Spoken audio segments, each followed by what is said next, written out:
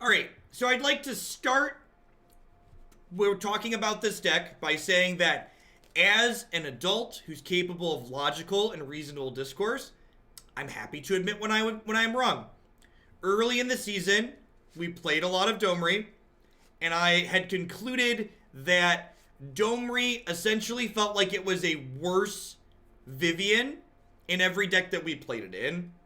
However, my miscategorization of Domri there stems from the fact that I was mostly trying to play this card in decks where Vivien was good, expecting this to fill a similar role. And this card's different than that. This is a card that's better in decks that are aggressively slanted, whereas Vivien's a card that generates card advantage but isn't aggressive in the slightest, right? So this card allows you to play these kind of aggressively slanted mid-range decks and really have some closing power that you wouldn't otherwise have. As someone who was high on Rhythm of the Wild a little bit early in the season and then later became disinterested in that card, this card really feels like it does what I was looking for Rhythm of the Wild to do, which is to say it comes down and then draws a card or two when we play it. And then the turns after we play it, this card allows us to apply immense amounts of pressure to our opponent. So just by having every one of our creatures come into play quickly.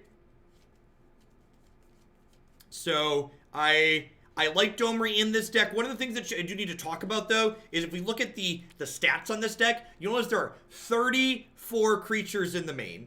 In order to consistently hit two creatures with Domri, you basically have to have him be the only non-creature spell in your deck. Post-board, I have a couple of key non-creature spells that are important in some matchups, but for the most part, this deck is all creatures to maximize Domri's downtick. So let's go ahead and play some Magic with this. I queued this deck up because we've been talking about it in the subscriber Discord, which if you're a sub and you're not in there, you should pop in. We talk about things in there. And I was like, I just need to play a few matches with something that I think is sweet. I'm going to play till I lose. And then I was 5-0, and I was like Diamond 2 almost Diamond 1. I was like, okay, I need to get some work done. So I got some work done, and then I came back, and then I played some more matches. And then I was 10-0, and I was in Mythic, and I was like, all right, I guess we'll stop now. So, like, I don't think that this deck is by any means unbeatable or has broken the format, but I think if you're running well and playing well, it's definitely one of the many playable decks that exists in the standard format. I think there are a lot of very playable, reasonable decks that this format has to offer.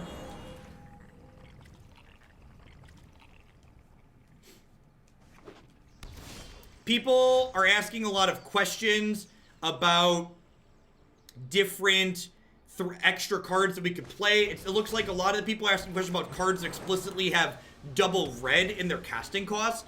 If you look at the mana base in this deck, it is not conducive to casting double red spells consistently. So the reason why I have elected not to play double red cards in this deck is because you will not be able to cast them consistently.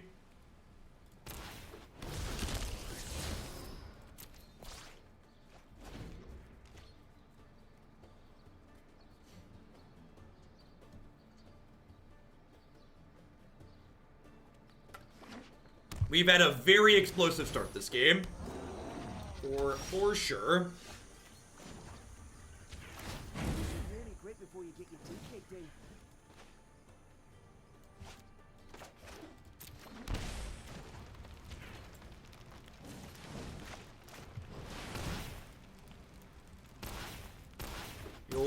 The old double riot your worm, kill your 5/5, attack you for 10. It's like a good turn 4, right? This is like pretty good turn 4 on the play. B, aggressive. B, E, aggressive. And this is one of the things I think I learned this from the Temur Climb deck that I've been playing, is that people seem to think that every deck that plays Hydroid Krasis is this grindy Sultai mid-range deck, and it's just not the case. A lot of these decks, like the Temur Climb deck and this deck, this is an aggro deck. It's a mid-range aggressive deck. Just because Krasis is present doesn't mean that it's not an aggro deck. And I think people are undervaluing being aggressive in these shells. So if they block here, they die. So yeah, just attack with everything. They're forced to chump or trade. Yep. And like, obviously, that game there was an exceptionally good start for us. But it still just shows some of the power that a deck like this can have. Driving in my worm. 35 months of memes. Almost to another landholder in Hoaglandia, Aaron. Thank you. Thank you for the 35 months and welcome back. I don't really know what the opponent's deck is doing. And since our deck is kind of proactive, I think I'm just going to click submit until we know a little bit more about what they're doing.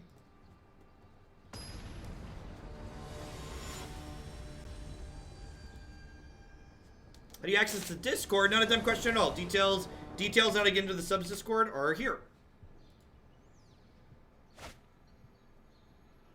This hand looks great. Little land heavy, but got the old Explorer combo here.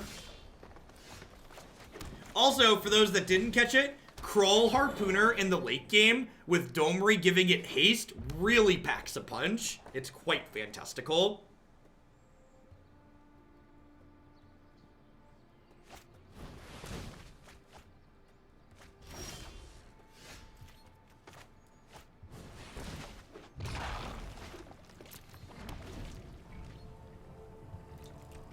Did I forget to update the Stream Decker? Stream Decker's current. Had me worried there for a second. I was like, I thought I did that.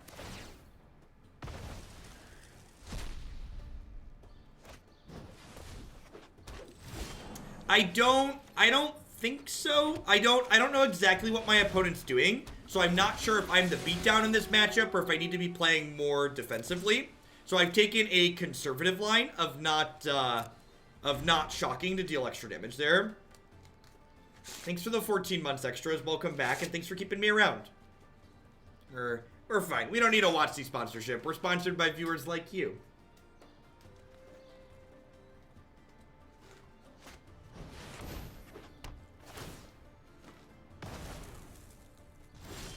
Ixalan's binding on Jadelight is interesting.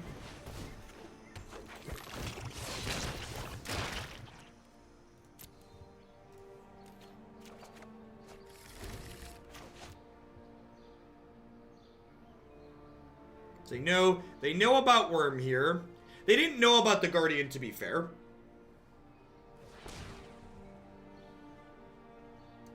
I might have watched a lot of PBS growing up. That seems like a weird play, knowing I have Ravager Wurm in my hand.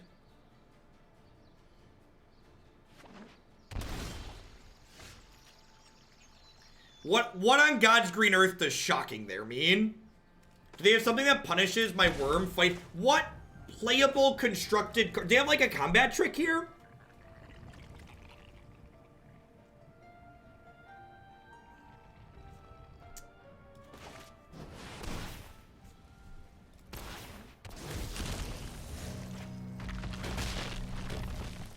Just like the full sight? Maybe it's seal away? No? Whatever. This is my 5/6. Enjoy my 5/6.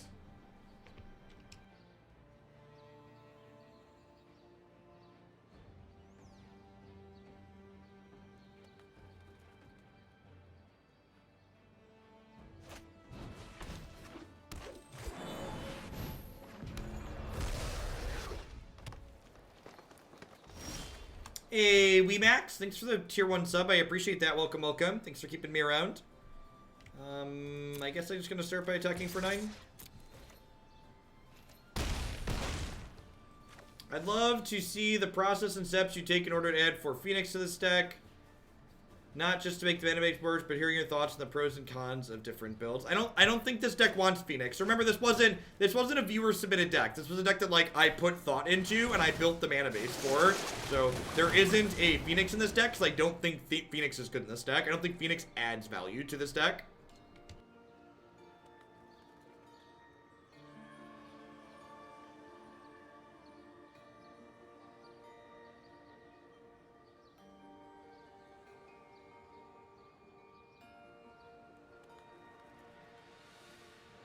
No, I don't think cards like... We actually played a Temur Nikia deck on stream, and I encourage you to go watch it on my YouTube channel to watch the conclusions that we come to.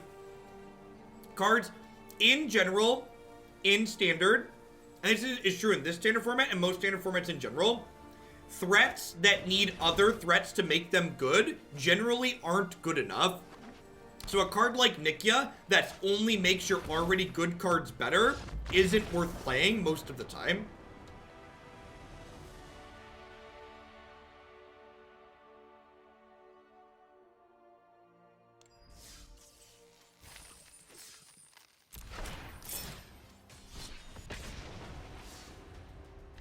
Probably closest to Krakatoa we'll ever get. I agree. Honestly, Trax, I think that card's probably better than Croc, honestly.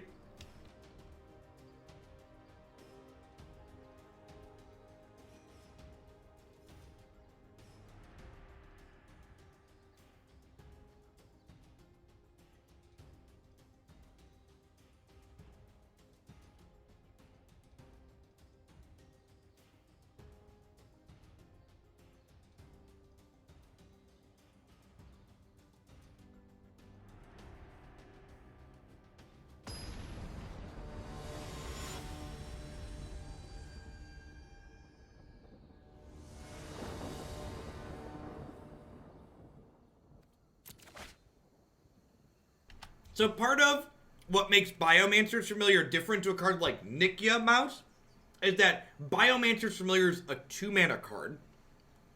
And it's a 2-mana card that makes your other 2-mana cards better. A card like Nikia is a card that's trying to make your other bombs better. So the Biomancer takes your not bombs and turns them into bombs. If that makes sense.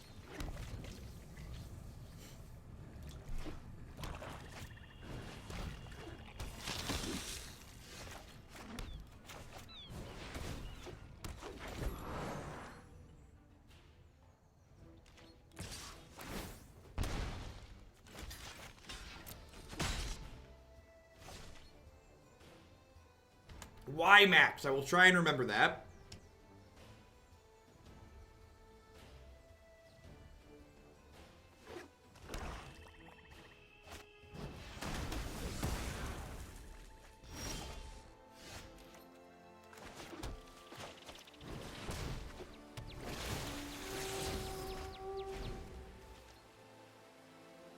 Well, I was kind of hoping for a 3-2 there, but I guess we'll trade. Hey, Mojo, thanks for the 2/3 of a year. Welcome back. Thanks for keeping me around. Oh, no. We only had one good card, chat. Yikes. Hopefully we draw another good one. It's like, and this is one of the things... What on God's green earth is that? When this dies, target opponent creates 2 colorless... How have I never seen this card before? It's actually just a 4/3 for 2. Like, obviously it gives them mana. And this card's, like, actually good against Lava Coil, huh? I've actually never seen this card before.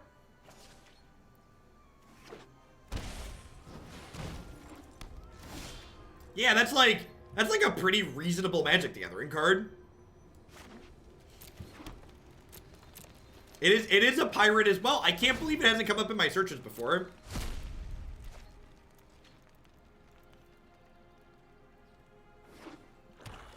It's really bad against red. I can see that. And this position that I'm in right now is one of the reasons I really like this deck, is because this is a deck that has some very aggressive draws, but it also has incredibly powerful draws in positions like this, right? Like I have Domris, I have Worms, I have Krasis in my deck that all propel me into very powerful board states when I flood out like this and don't have a super aggressive start.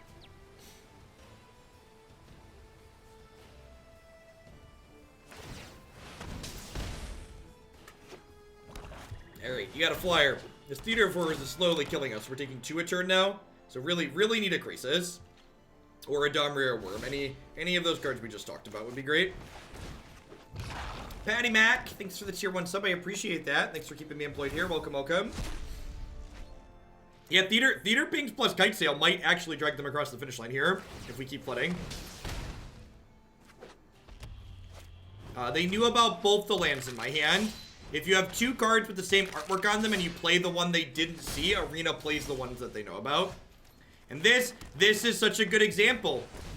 This is a card that, you know, it just lets us, it's an aggressive card that lets us spend all of our mana this turn.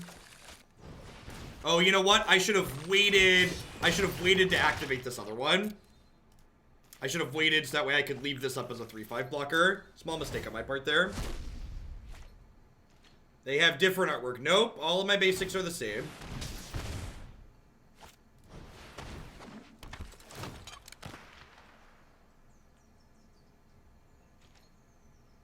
Even Explore creatures are good draws at this point because they gain us a bunch of life.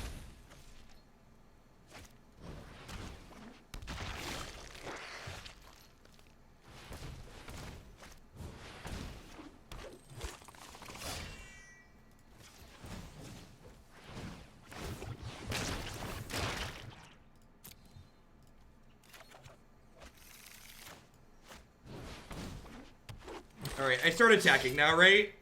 Do I start attacking? No, because they can just block and pick these back up.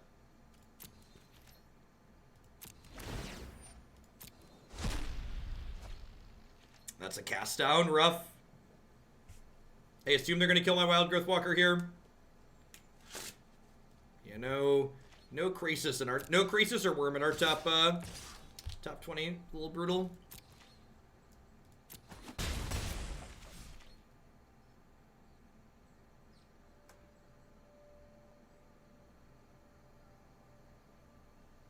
I have 4, 5, 6, 7, 8. I have 11 mana currently.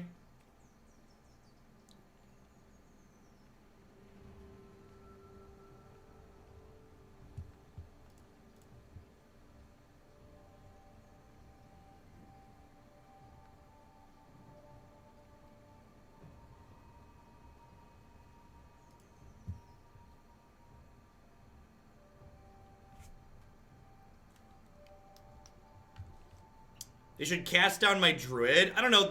I think they're supposed to cast down my Wildgrowth Walker because they're just killing me slowly. I feel like if they kill the Wildgrowth Walker, they cut a lot of my outs. Like well, they can't cast down on my turn. So Theater of Horrors explicitly only lets you cast cards on your turn. So even though they could ping me with this on my turn, they can't cast the cards then. I think killing Walker here is correct. Texas Ranger would run away with the game pretty quickly otherwise.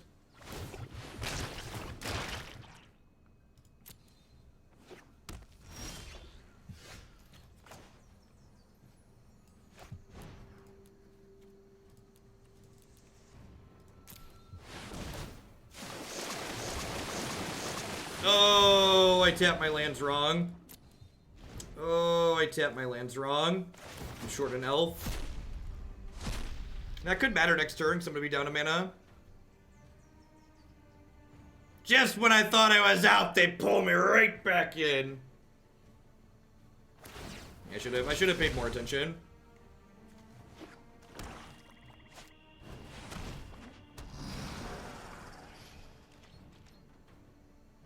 Anyone who's blaming the auto tapper for what just happened there, I'd encourage you to go back about 20 minutes on my stream today and re-listen to the comments about personal accountability. You'll be a better human being for listening to it. The computer just does what it's told, okay? It's not the computer's fault.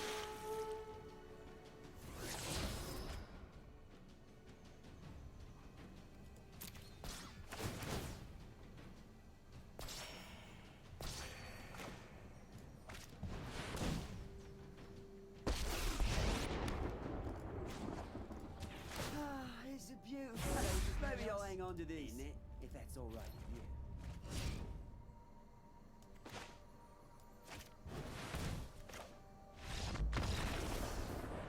Sweet. And again, just like, you have so many bombs in our deck that when we get to a point like that on a board state like that, we are incredibly favored to win. Just because, like, while we were behind there, we have so many meaningful things to pick up in our deck to draw to. Alright, so Thrashing Brontodon just blocks well against their deck, and it's good against Theater of Horrors. Wow, it's Pat. Thanks for the 7th month in a row. I appreciate that. Welcome back. Yeah, I feel like they're going to board out freebooters against me. Yeah, Lava Coil's probably supposed to be in my deck. They're probably a Judith deck. So, like, what am I trimming here is the question.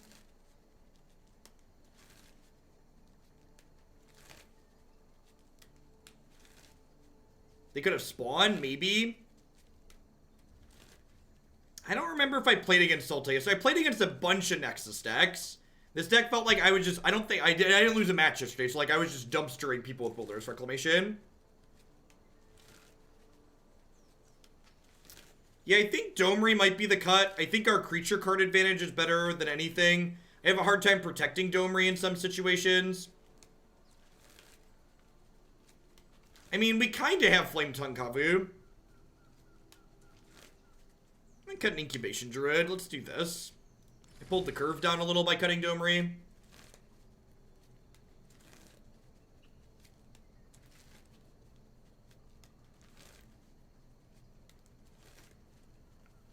I like the Wurm here. The Wurm is basically more removal.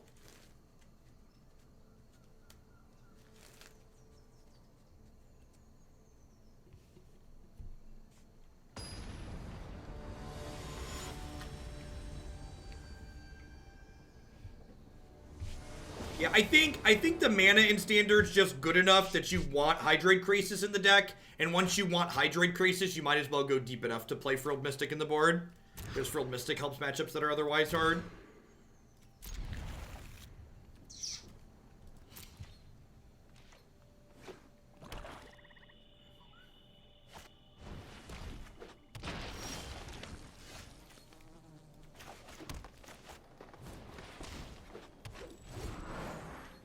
Thanks everyone for hanging out today, by the way. Pretty awesome. We got 2,200 people in here. Hope everyone's having a great Wednesday wherever you're at in the world.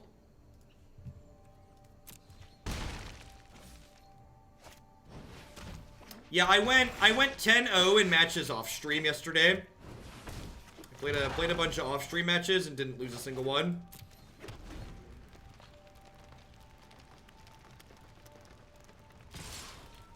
Carnival Carnage punishes this block. I think if they had Carnival Carnage, they would have killed my elf, though.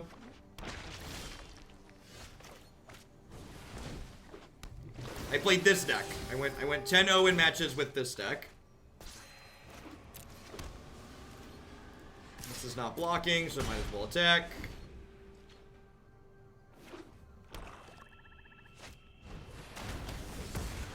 Alright, well, at least it gained 3 before it died. Hopefully we draw one of our many payoffs here. Another explore creatures, he said. Thrashing Brontodon's good. Yikes. Peel, thanks for the 4-month resub. I appreciate that. Welcome back. Thanks for keeping me employed here. And Waddles, thanks for shipping your Bezo bucks this way, folks. For keeping me around.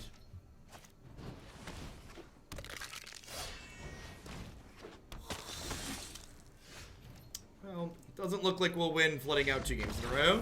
Take the 3rd game on the play here. This is why I enjoy Magic as a best of 3 game. Because a game like that in best of 1, you don't get a chance to redeem yourself, right? Here in best of 3, we get a chance to mitigate variance by playing more games of Magic. Just shake it off and play the next one.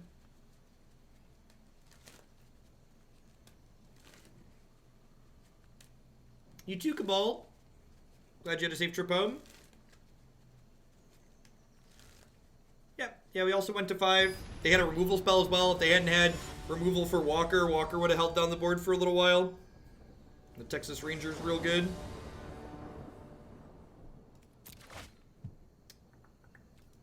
This hand's fine. Not amazing, but fine. This hand could use a little bit of the flood we had last game. Aren't games like that less likely to happen in best of 1? No. So best of 1 has a modified algorithm for your starting hand distribution, but the rest of your deck is completely random in best of 1. The great Thoku, thank you for the 3-month resub. I appreciate that. Thanks for keeping me around. And please. I'm gonna lead on this. It might be, I think it's right to greed a little bit and try and get triggers off these Branchwalkers on the Wildgrowth Walkers.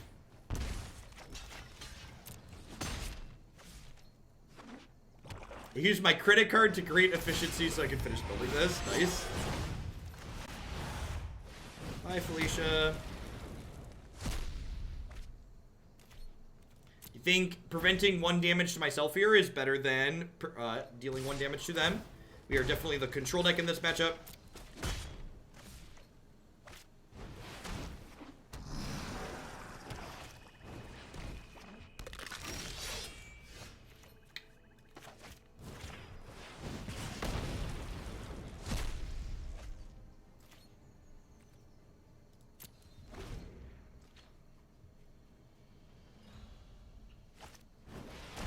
Unfortunate. Might stumble and die this game. And again, like, best of 3 does not remove all variants, right? Games like this still happen sometimes. Just kind of how it goes. Part of playing Magic.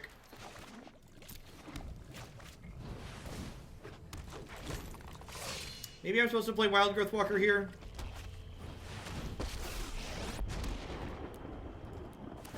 You're just Yeah. First match I've lost with this deck. Just kind of how it goes.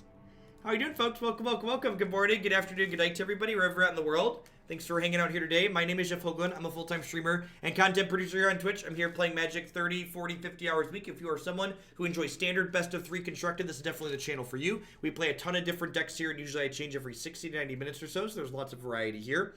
As always, a shout out to all my wonderful subs out there. I wouldn't be here day in and out without their wonderful support, so thanks to all of them for keeping me employed here. I'd also like to give a mention to some of my wonderful sponsors here really quick. The Nerd Rage Gaming Championship Series is a $5,000 cash tournament series that happens every single month in the Midwestern United States. Hey, Dale Khan, thanks for the Prime support. Welcome, welcome. If you can't make it out to the Midwest to play in one of their standard, modern, or legacy tournaments, be sure to check out their streaming coverage as well at twitch.tv/NRG series. Lucid Sound are the ones that provide the wonderful headset that I'm using here today. And if you head on over to lucidsound.com using code TEMPO, you can save 20% off as well as get free shipping on your new headset with them. Neo provides wonderful candy-flavored protein bars using code Hoagland at bit.ly/HoagleBar. You can save 10% on all of your purchases there with them. And of course, I'd like to welcome everyone out there to Hoaglandia. There's a lot of great people making a lot of great stuff on Twitch right now, and I appreciate all y'all choosing to spend your day here with us. Remember, if you are new and enjoying the content, and you like the way I explain my thoughts or the lots of decks that we play, make sure you hit that follow button. Following the stream doesn't cost you anything, and it lets you know when I go live and with what. The headsets are actually, they're modular in a way. So I stream using a desktop microphone. So I have the microphone here off to the side in the thing it came in, and it plugs into the headset for when you want it. It's kind of a neat setup. The cord that actually plugs into the computer is also modular too, because the headsets come with cords that have the microphone and the speakers through one line for things like Xbox and cell phones, as well as the split connector for a traditional PC setup.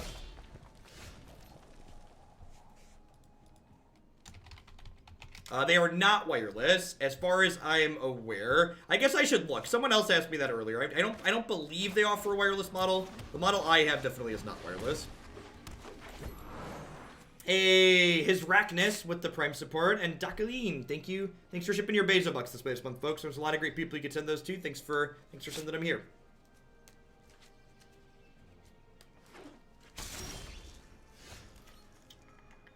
Guild Mages Forum. Huh. So what am I supposed to do here? I kind of want to just pass. I don't really know what they're doing. I think I'm just gonna fart the Incubation Druid.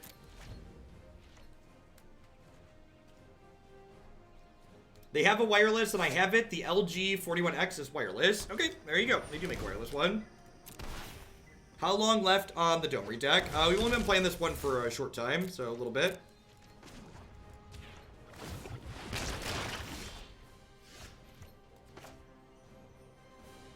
So I have 7 mana total, so I can go Branchwalker, or Texas Ranger, Jadelight Ranger.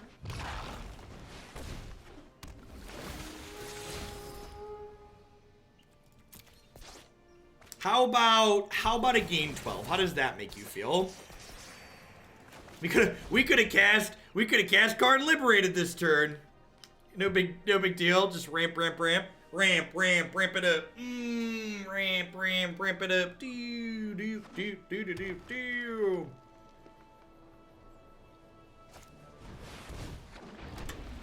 Uh-oh, the first water bottle of the day is dead. This is why we pack 2. X is 6, right?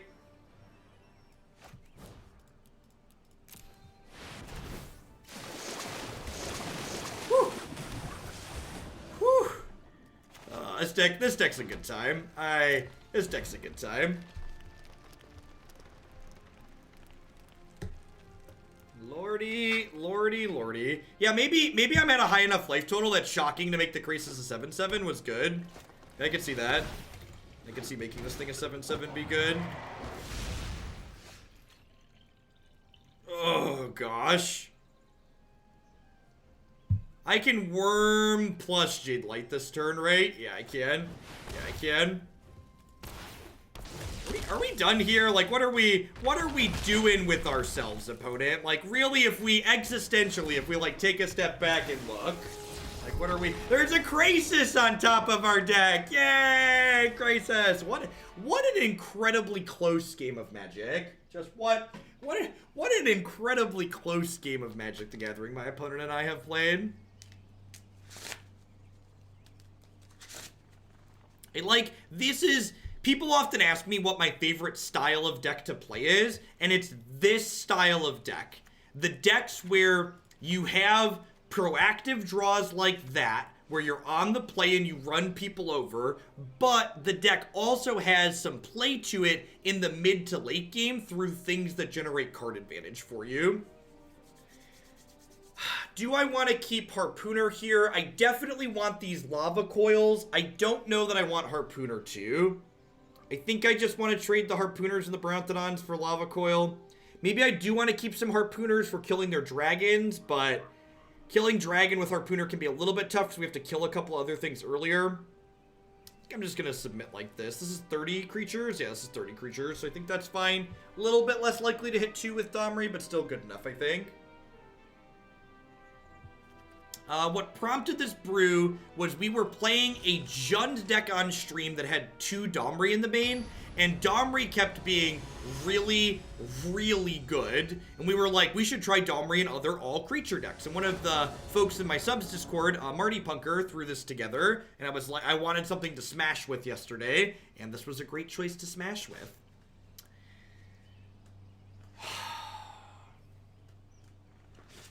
The 3-year subscriber icon is a map marking the plot of land that 3-year subs get in Hoaglandia. I feel like I'm supposed to mulligan this. Just like, the Branchwalkers early aren't quite good enough, and like the double Krasis is a little bit clunky. Like, these are cards I want in the mid to late game. Thanks for the Prime, Mattman. This hand is very good with the green source, so I'm going to keep with a scry on the draw. You cannot accelerate your sub-icon. That is not something Twitch gives me the ability to do. Rude. I think there's 17 or 18 green sources in this deck. So this will be a game where we die without having any.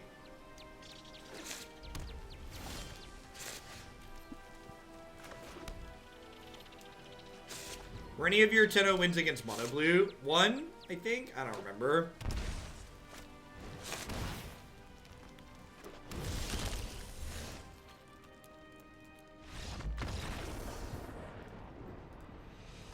So one of the things that players fail to assess when mulliganing a lot of the time is a lot of people, like, I just timed someone out because they said that was a greedy keep. I think that keeps more than reasonable. So the probability that you have to ask yourself to become good at mulliganing and taking calculated risks is, what do you think is more likely to happen? Am I more likely to draw a green source in that hand in my deck that has 17 green sources? Or am I more likely to have a powerful hand on 5 cards?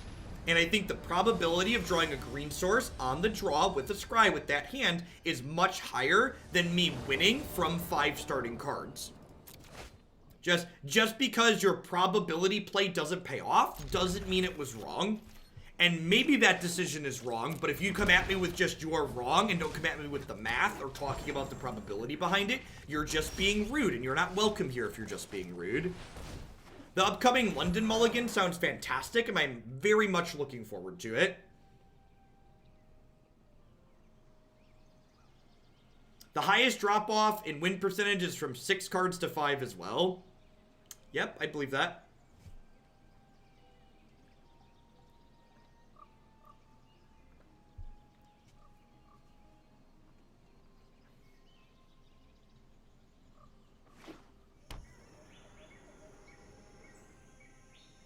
And, like, the other thing to consider, too, is, right, we get 2 looks to hit it on the first turn, but, like, that hand is probably fine if we hit green on the second turn as well, right? We don't necessarily have to hit it at the very first possible moment. Would I mulligan that hand with the London Mulligan? Well, I don't know what it looks like with the London Mulligan. So, that hand would have a 7th card with the London Mulligan set up. It's just different is the answer.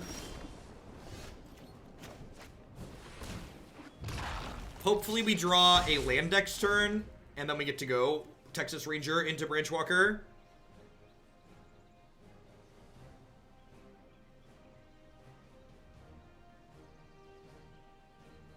$75% to hit it by 3. Yep, a coin flip to have that hand was very good with the green source on 1. So a coin flip to have a very good hand sounds great, and a 75% to play a good game of Magic sounds reasonable. With the London Mulligan, I would not keep that 7, no.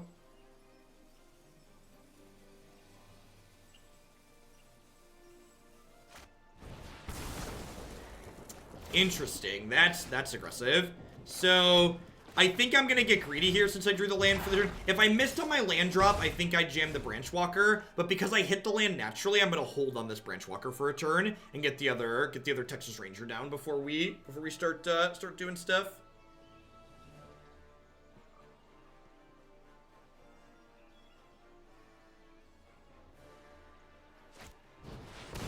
Deal.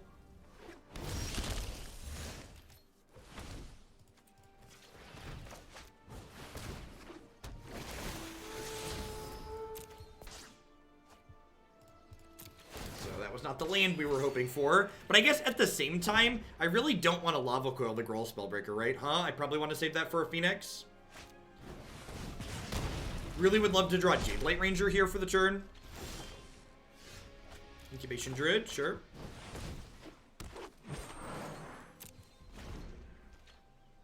Kind of an awkward game. We've both been like pseudo-controlling decks. I stumbled a little bit.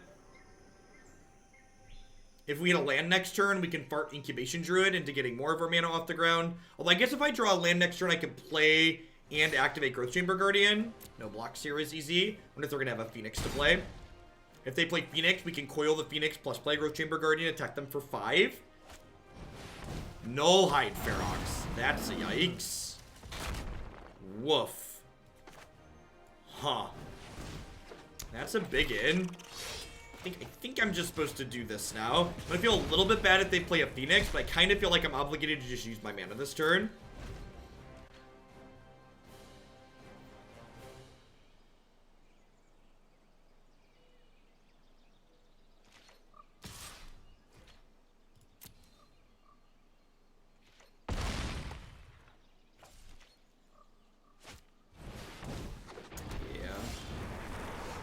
Alright, well, I mean, as far as like things that weren't lands go, that was pretty good.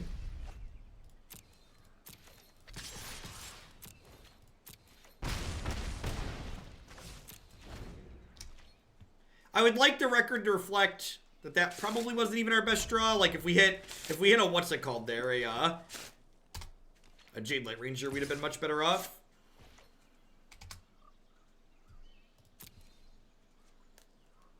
They have another flyer here, we're probably dead. I guess if I hit Jadelight Ranger, we can stem the bleeding.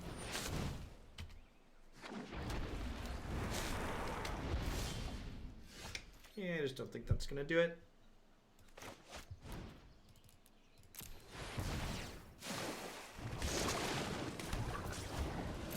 And this is, again, like, we talked about me playing tryhard decks yesterday, right? And then I talked about how I played this deck undefeated into Mythic, and it looks like we're about to be 1-2 with it here on stream, but, like, if you look at these games that we've lost, right, like, the difference between being undefeated and... The difference between being undefeated and not is such super thin margins. They're games like these where I literally just am missing all of my land drops and stumbling and dying. And yesterday, when I had a good run, I just, like, played Magic in all of my games and, like, had some good beats. My opponent stumbled and died. The difference between someone having a great record and someone having a really mediocre record are really thin most of the time. I guess this attack is bad against another Lightning Strike or Collision Colossus.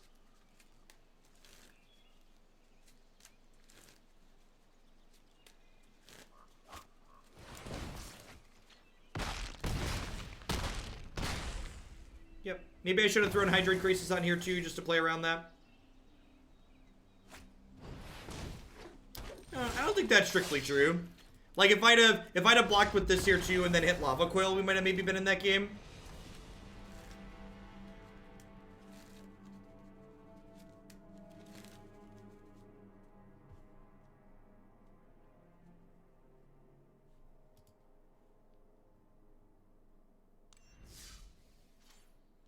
I think your math there is bad, Burgle, because you're not counting Incubation Druid and Llanowar Elves as green sources when they are a lot of the time.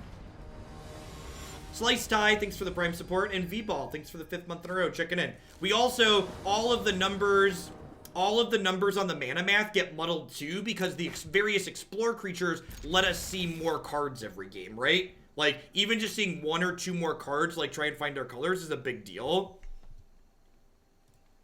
Alright, so I'm going to tweet a picture of this. How on God's green earth, where are they, are both my opponent and I rank 190 on the arena ladder right now? How are both my opponent and I rank 190 on the arena ladder at the moment?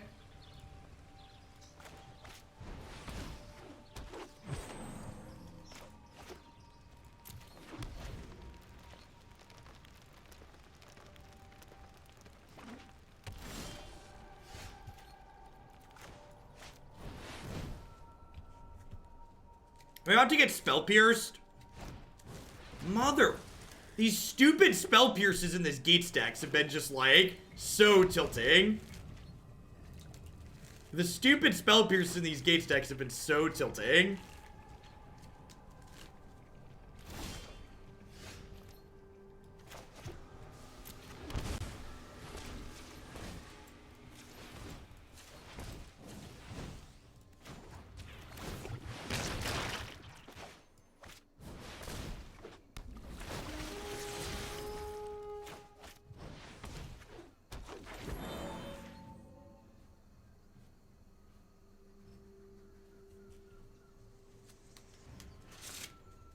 Oh, jeez, did I miss a couple of subs in there? Jay, thanks for the 3 months. Welcome back. Yeah, we got Spell Pierce once before in a Gates deck the other day. This matchup's probably bad for us, especially without the Domri. Actually, honestly, if I'd have farted this a turn sooner and not run Domri into a Spell Pierce, we'd probably have been okay here. But like now we're just gonna like get Gates Ablazed and die. Don't have anything else going on.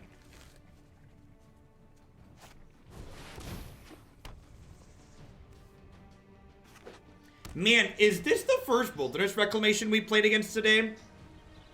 That's got to be the biggest difference between today and yesterday. Like, I was like, I'm having a lot more fun today than yesterday. It's the first Wilderness Reclamation we've played against. His card's so miserable.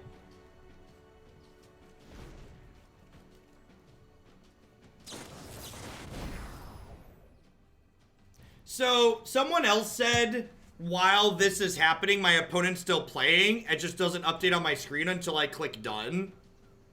Is that true? Does anybody know? Do I have to click done here in order for the game state to progress?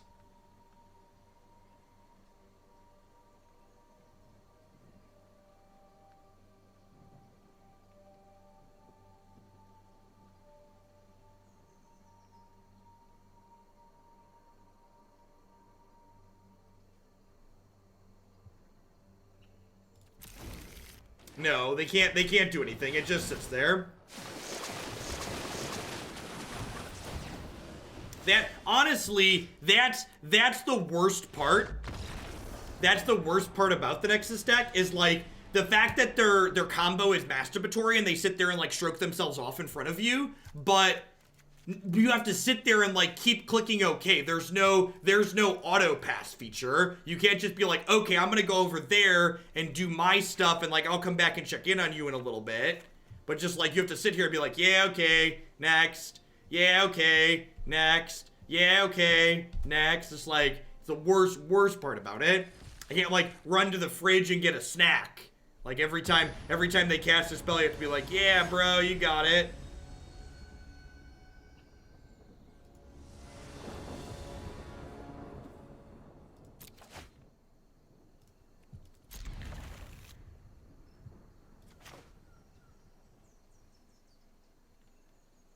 It looked there like my opponent was forced to wait, Randy B. So I don't know if that's still the case.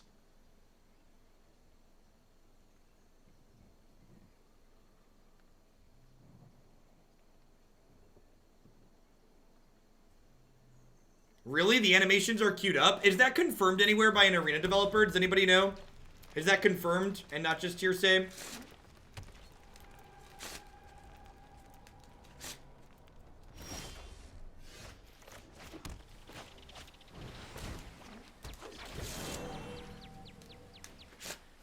I could write a script.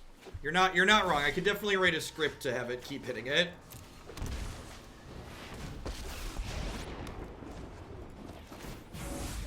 I'm crazy. Any geese here? Where do you see my mates?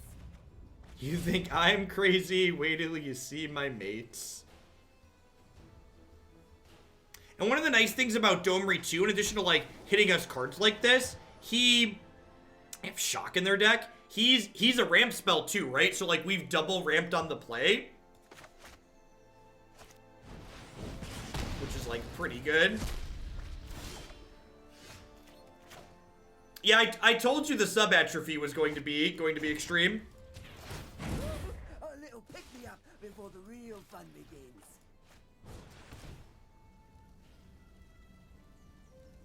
Stream Decker is being updated with the board state while you were still looking at the card. Ooh, that's a good thing to note.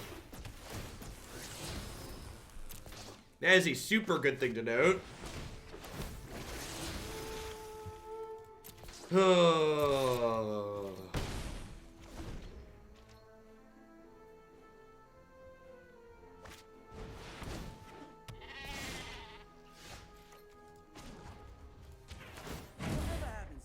Alright, they missed a land drop at least here like we did.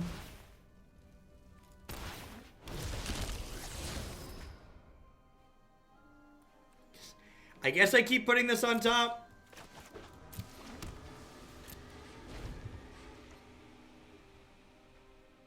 They gates ablaze me here, I'm really sad.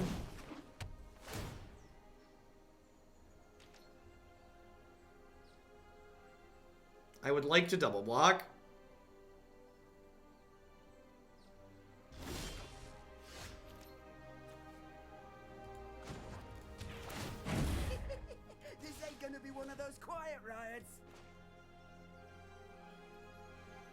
Do I play? They don't have anything going on. Do I just play this?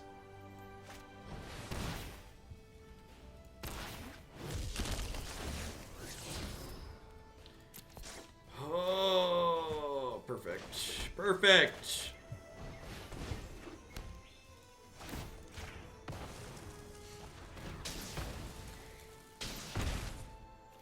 All right, and then if they break again, next turn we worm them. You know, if they don't have gates ablaze here, we should be in a good spot.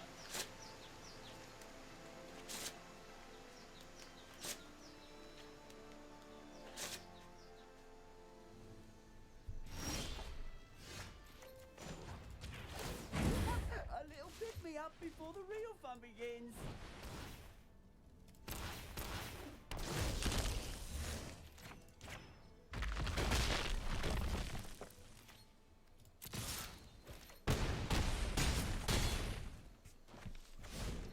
Six, 7 fight worm.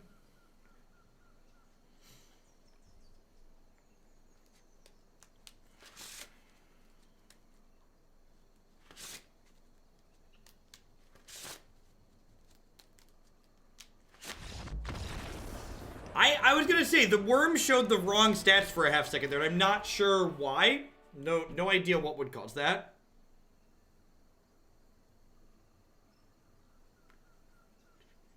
I mean, this is my first time playing against Nexus of Gates, but I beat all the Nexus decks I played with this yesterday. Having a bunch of enchantment destruction plus 4 Frilled Mystics is very good in these matchups.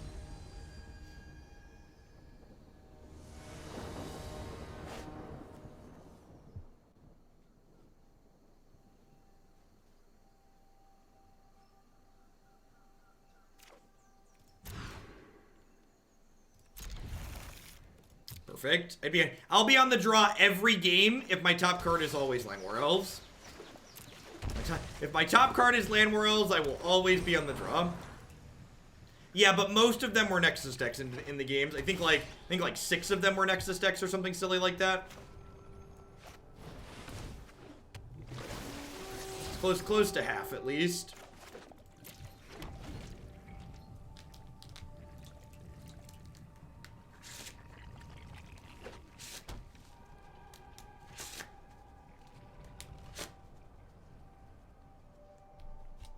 We're gonna kill my elf here.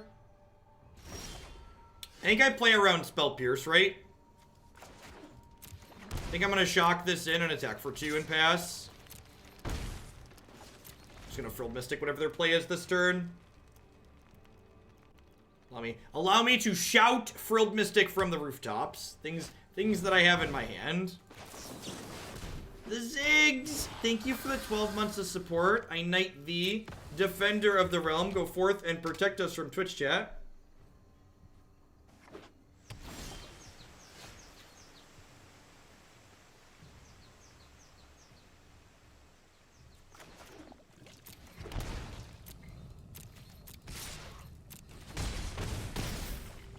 Go. Now, decks get added to my website after I've played them. Plaza of Harmony is very good here.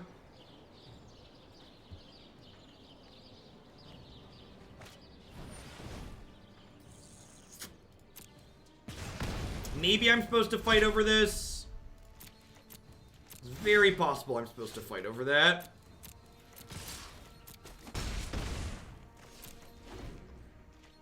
Just to like keep the pressure on. They'd be at 6 here if I'd have fought over that.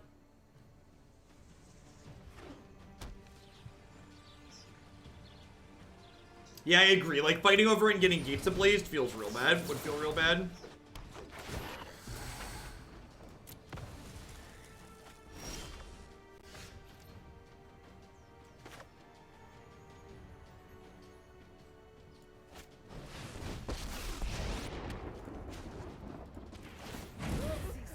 Pick me up before the real fun begins.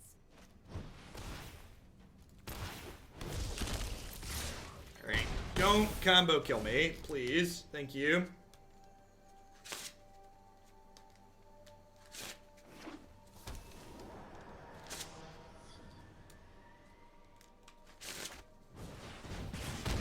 Okay. I may land this deck, 23.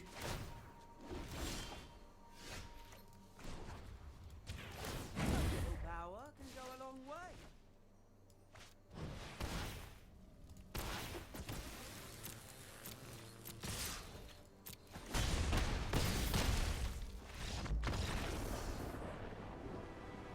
Yeah, if you riot a Growth Chamber Guardian, he goes and finds a friend immediately.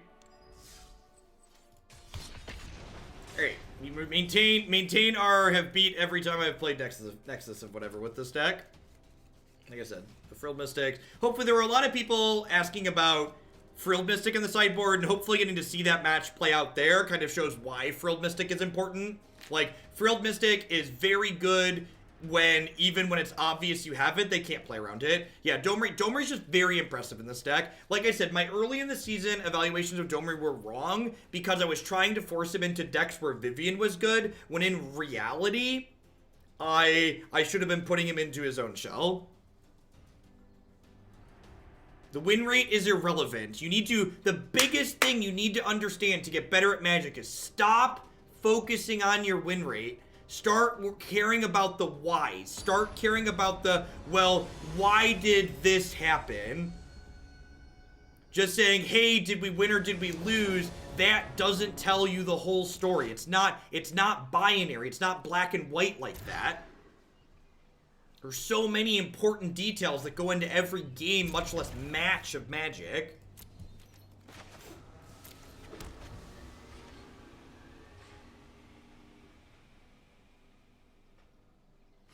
Corey Bowlinger, thank you for the 15 months in a row. I appreciate that. Welcome back. Thanks for keeping me around. And it does take a lot more effort to answer those questions, to say, well, why did what we have happen, instead of just saying, was it a thumbs up or a thumbs down? Yes, I completely agree with that assessment. Domri feels like the parts of Rhythm of the Wild that I liked, while also being useful in other places. Completely agree.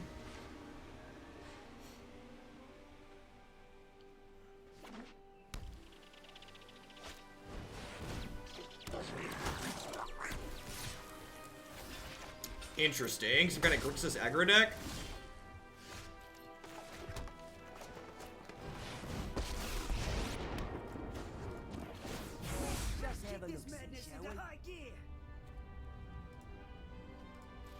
Now, if they want to trade this or have removal, they can trade for Domri here, but, like, getting to gas up 2 cards seems reasonable still.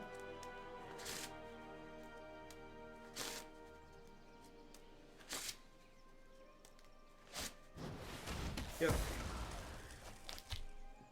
There's a chance that maybe I'm supposed to plus Domri there, just so he doesn't die this turn, but, like, they're attacking my divination, right? Like, he drew 2 cards. Oh, looks like you're all mouth and no hands.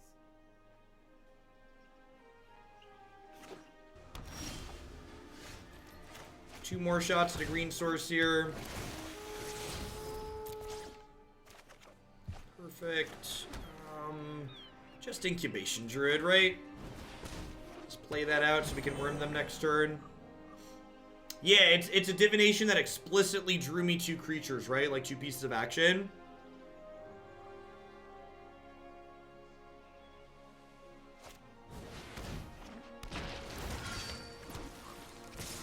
Interesting. Their deck seems kind of sweet.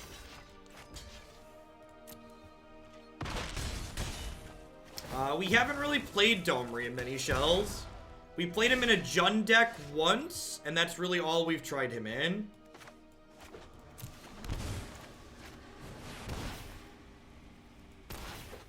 Alright, Worm on defense. They've not played a blue card yet. I have to guess it's probably Thief of Sanity.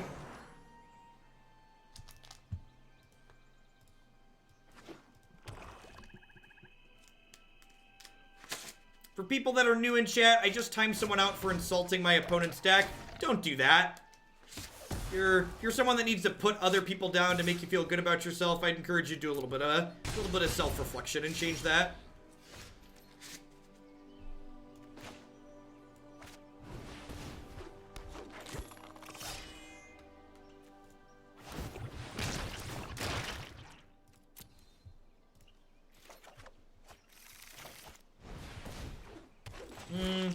I think I tapped that wrong.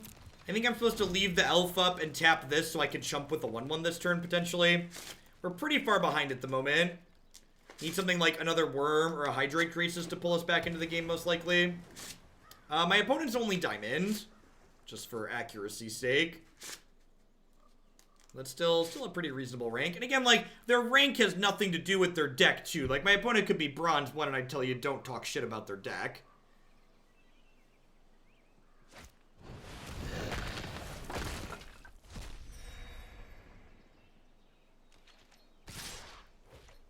I'm gonna kill the tokens rather than the Chupacabra. Nah, that's a lie. I'm gonna kill the Chupacabra in case they draw another Midnight Reaper.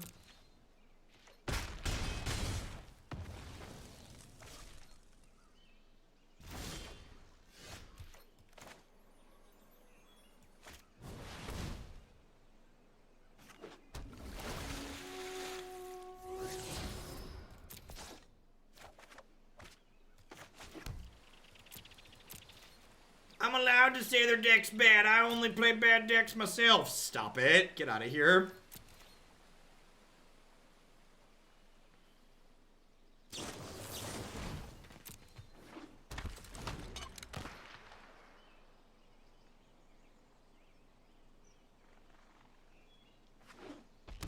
So we've bridged into the mid-game portion, which means we are interesting.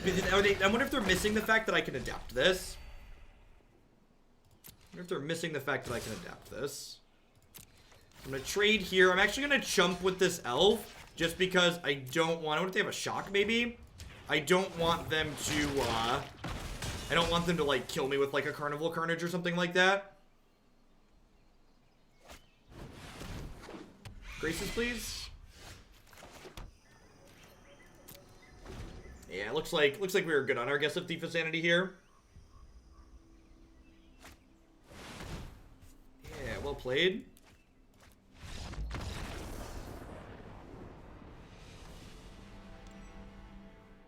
Probably want a little bit more removal here. Bronte and Harpooner. I'm going to go down a Domri and leave a couple of Harpooners in, I think.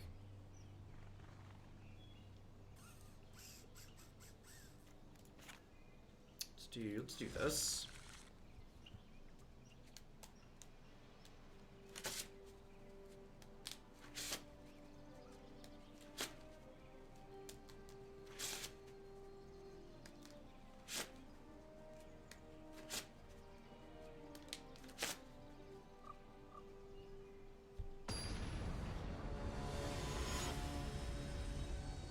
Do you like multiple copies of Brontodon? I think Brontodon's great.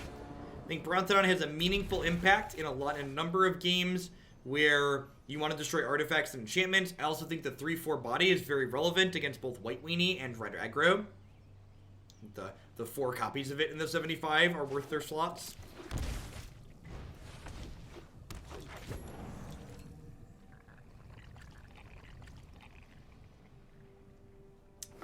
I harpoonered someone for 7 on a haste turn. That was pretty sweet. They don't have a Doomblade for the Wildgrowth Walker. Jadelight Ranger gets to, guide us on the way.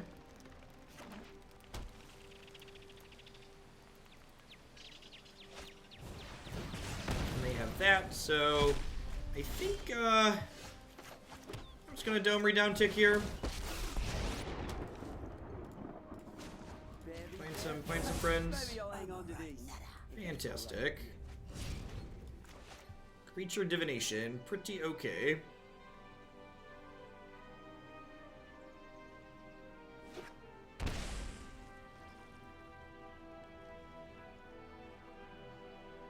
You have a shock here. The devil, sure. Ooh, that's a good one. That's creature dig through time.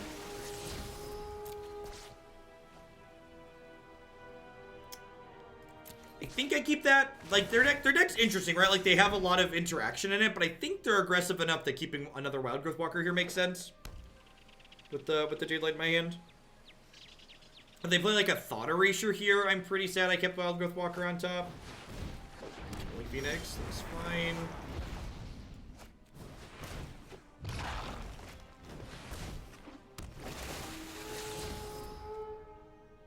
I think that's worth keeping. I think I want to just dig for my higher impact cards here, even with double Wildgrowth Walker in play. Like, we're getting enough life here that I think I want to just do this. Looking for Krasis or Domri or Ravager Wurm or Lava Coil. They have Rekindling Phoenix and I have 4 coils in my deck. Yeah, I don't think I'm not playing around Ritualist, so if they have something like Ritual, we're just gonna get blown out by it. They played enough cheap creatures last game that I don't think that's something I want to play around. And again, my opponent's deck is a bit of a bruise, so there's a chance I'm misidentifying exactly what they're doing.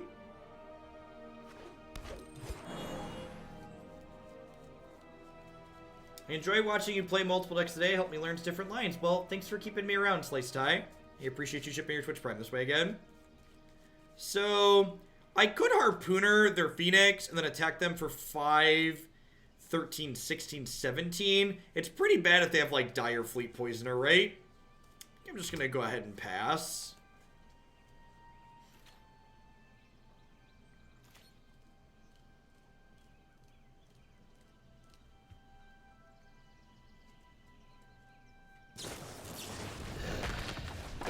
I think they have enough removal that I don't really like trading my Harpooner for damage there. Like, if they play like a Thief of Sanity, I really want to have this Harpooner in my hand.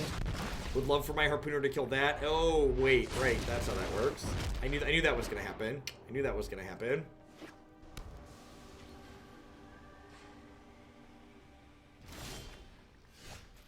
Alright, so we can go ahead and fart this. And then pump our Texas Rangers up here. Oh, I only have one Texas Ranger left. That's sad. Ravager Wurm. Have you heard about my worm? I said a worm. What worm's the word? I said a worm. I guess he's a little bit less good should my opponent have a removal spell to hold up next turn. So if you kill a creature that's going to fight in response to it fighting, it does not get to fight. So there's a chance that they have like a Cast Down or their Vraska's Contempt or a Bedevil here, they're gonna get to save their creature from my worm. But we're definitely just here to jam our worm on him. Midnight Reaper feels like it bodes well potentially for us.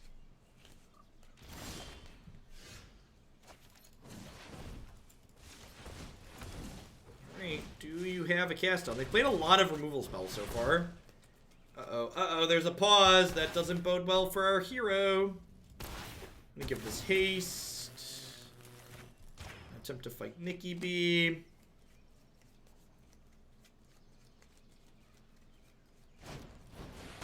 Yep.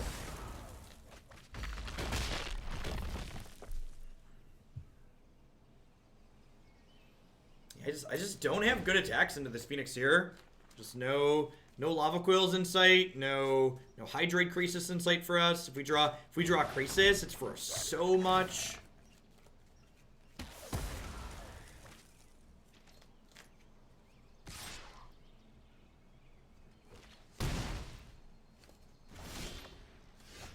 I think it's right to have been aggressive with my Worm last turn just because they have so many discard spells in their deck like Nicol Bolas and others. But, like, I could wait till they tap out, but, like, then they could punish me by just, like, drawing a discard spell before they jam.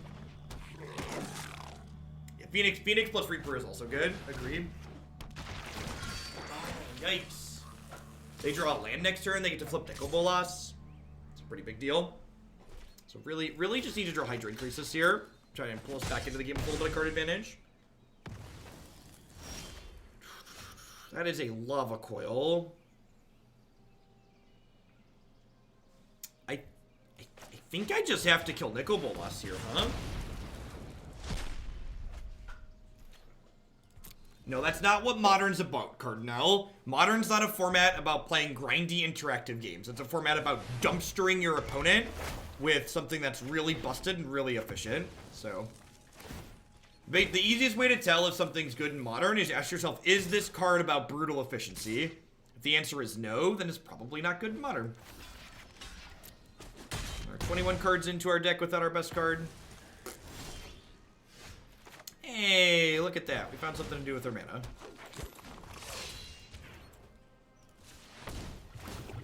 Nick is exiled, but our Worm is not. So there is going to be a Worm in our future.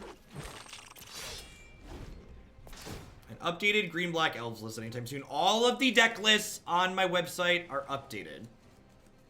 They are all always updated. If there's an update to be made, I update the deck list. So Green Black Elves is one of the many ones there that you can find current.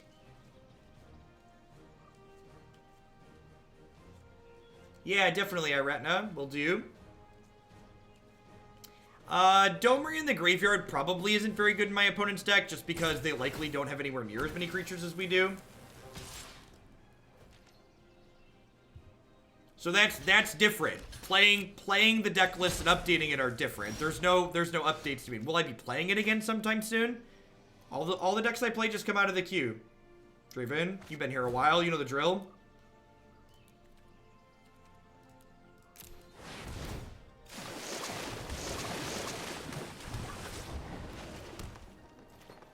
Maybe I'm supposed to hold on to the land there just in case they get draw Nicol Bolas.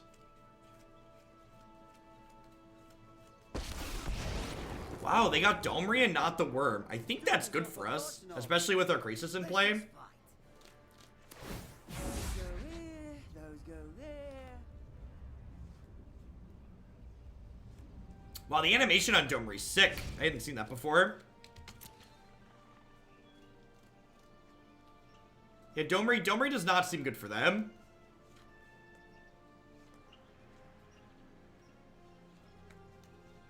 No, their Nicol Bolas is exiled, because I Lava Coiled that.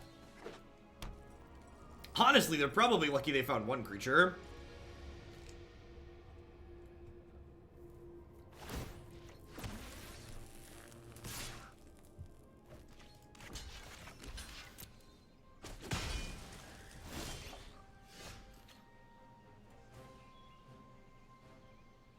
Yeah, definitely Distrominator.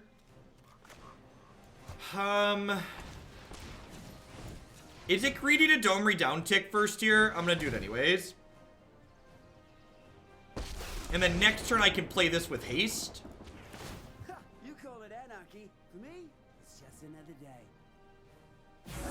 These go here, those go there. My Domri deck's better than your Domri deck. My Domri deck's better than your Domri deck. My Domri deck's better than your Domri deck. Alright, it's definitely a Krasis here. I guess I just take Krasis and Worm and then I play Krasis this turn. It's just like an XS5 Krasis.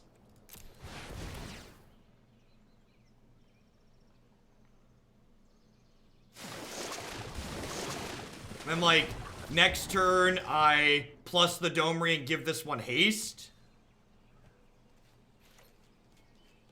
And then we just like ace base smash face. They have Dub's Midnight Reaper in play, so all their creatures are dealing 2 to them.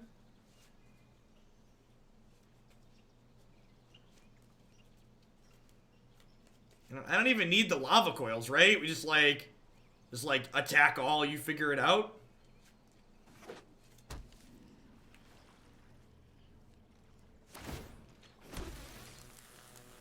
I think Revoker's fine. I've actually put thought into that, and I think Revoker's fine. It helps your Tron match up plenty.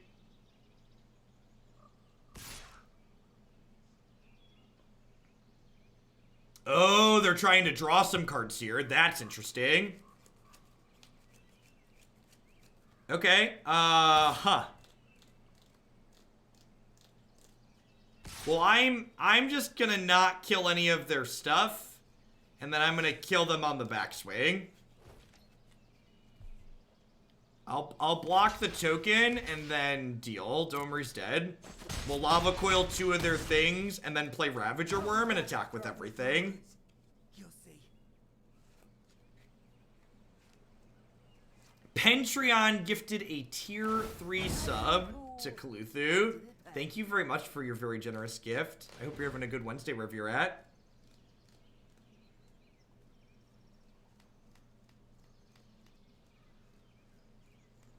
Everything goes on Stream Decker. Actual everything we play on stream ends up on my Stream Decker page.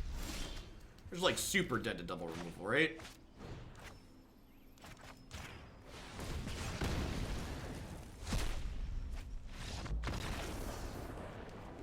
Yeah, I'm not sure. I think they were dead regardless because I had a hasty thing in my hand. Do I want more Harpooners? I kind of want my third Domri. They're a little bit more controlling than I realized. They're a little bit more controlling than I thought they were going to be. What if I just trim on Incubation Druids?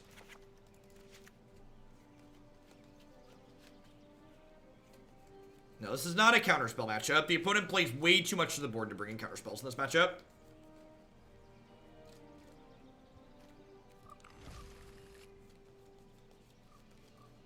Details on the Discord server can be found using the Discord command.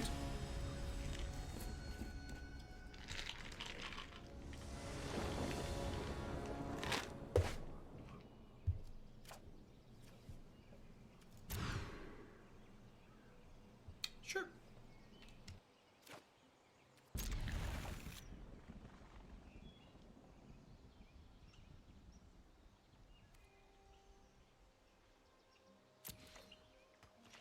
So I said specifically opponent plays too much to the board. So counter spells are reactive cards.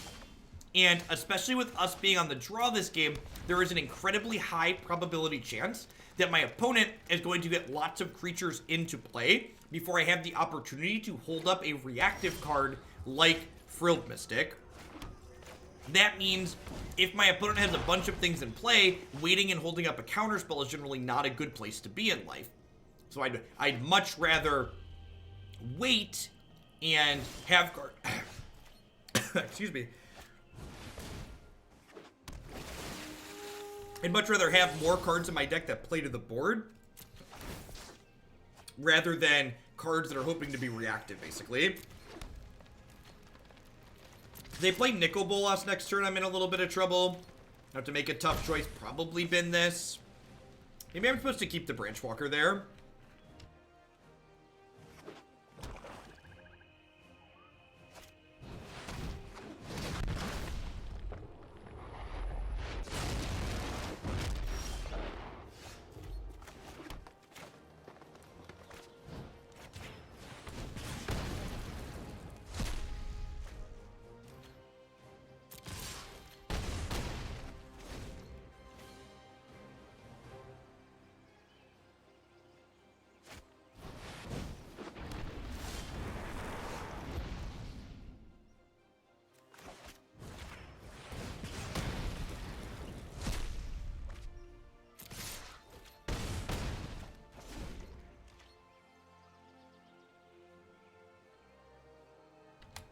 So if I had kept that Branchwalker, they'd probably be dead here. Things worth noting.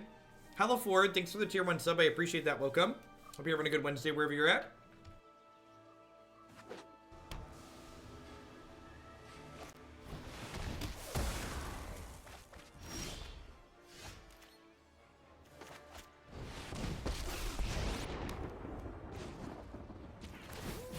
Just have a look, shall we?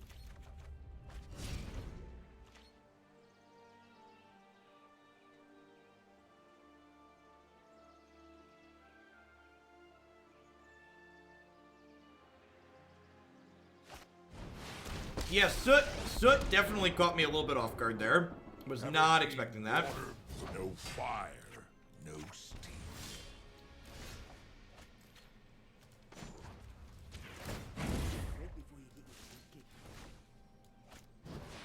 Taste this bad Mamma Jamma out.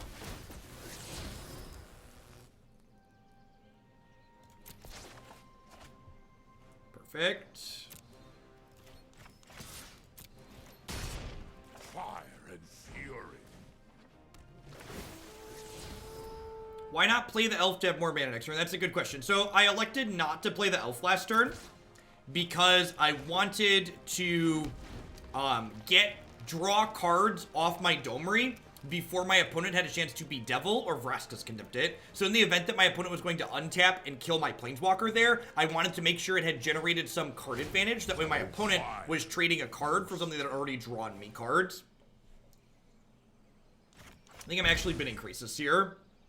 Just because, like, I can down tick this Domri and then play second Domri.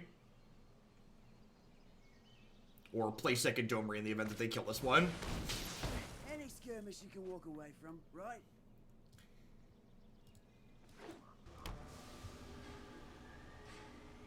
So even if they have a removal spell here, their Angrath is still dead. So I'm going to attack both of these in the direction of Angrath. Just so they can't kill the one that I don't attack at him.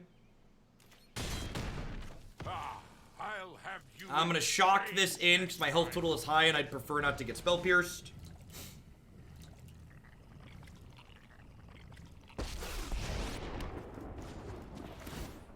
Ooh, I look forward to seeing you running away. Alright, so in a bad spot if they rip Nicol Bolas here. Because we unfortunately only hit one. Sans Nicol Bolas, we're in an incredibly good spot here. And like we've been running good with the Domri down ticks, right? Like we've been hitting 2 on almost every single one of them, which is like pretty good.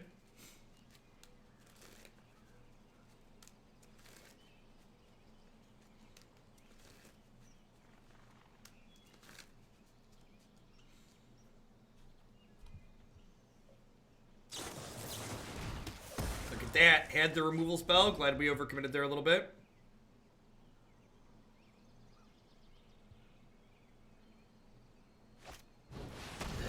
Oh, looks like you're all mouth and no hands. Alright, so I was just gonna jam a Wurm into play, but then we drew something else to do with our mana, so let's do that.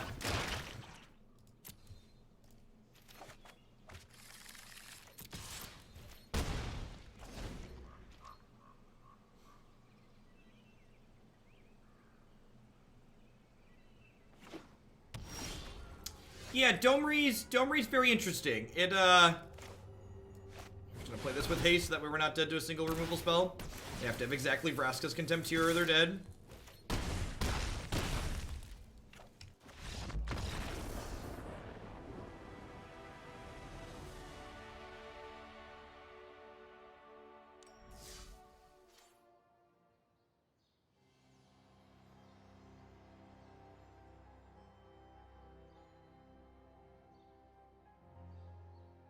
So I'd like to start the wrap up for this deck with addressing a question that someone just asked in chat, which was, do I think Domri addresses problems that Temur Climb has? After playing this deck more, I kind of think it might. So Climb is a very specific card in like what it's able to do. It's a card that while it occasionally plays defense, it basically always just punches through.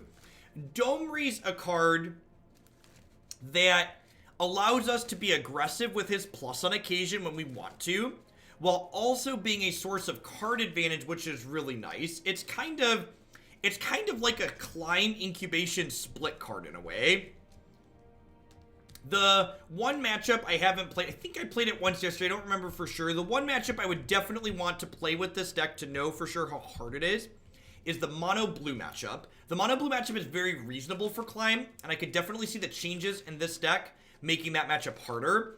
That being said, if you wanted to make Griffin Bruce, thank you for the 31 months, I appreciate that, welcome back. That being said, if I wanted to make the mono blue matchup better, it would be very trivial to like slide all of these Harpooners into the main deck and sideboard all 4 of the Brontodons. So I haven't played the blue matchup. I don't know if it's good or bad. But if it is bad, I think I would probably move to this configuration. So still the same 75 magic cards, but shuffle around where the things are that I care about, basically. Yeah, Domri isn't quite like a tutor effect like Court of Calling or Eldritch Evolution like we have in Modern, but just the fact that he lets us see more cards every game makes it so, you know, it's like we're playing 6 Frilled Mystics and 6 Hydroid Krasis. Just lets us see those impactful cards a little bit more often than we do currently.